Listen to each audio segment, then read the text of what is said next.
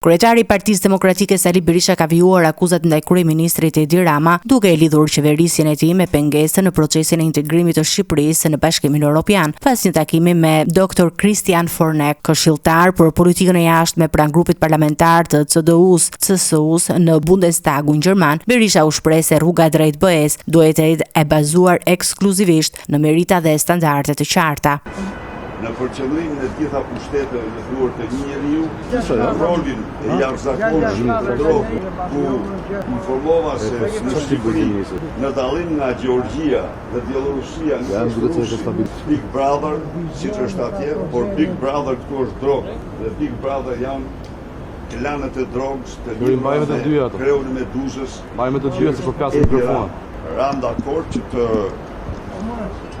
intensifikojnë bashkëpunimin në interesin më të mirë të procesit të integrimit të Shqipërisë në Bashkimin Evropian, i cili, theksoj edhe një herë, duhet të jetë një proces i bazuar në merit, sepse vetëm një proces i bazuar në merit është interesi absolut i qytetarëve shqiptarë. Është interesi absolut më i mirë i qytetarëve të Bashkimit Evropian. Në vijim të deklaratave të tij, Berisha ju përgjigj edhe akuzave të kryeministrit Edi Rama ndaj opozitës, duke i cilësuar ato si përpjekje për të shmangur përgjegjësinë politike. Ata përpiqen ta paraqesin si kjo parti nuk ka ndërmend në integrimin, por ka projekte veta në mënyrë të turpshme, por fatmirësisht këto mashtrime kanë marrë dhe janë kuptuar se ishin mashtrime të lobura, të paguara nga Edi Rama.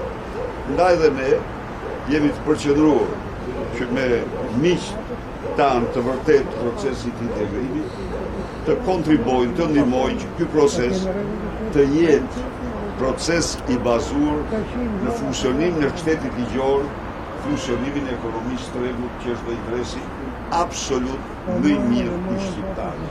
Më falni, akuzat absurde të Edi Ramës se ne po e denoncojmë këtu apo atje, dhe unë u them dhe atyre pak individëve që ju mbështesin.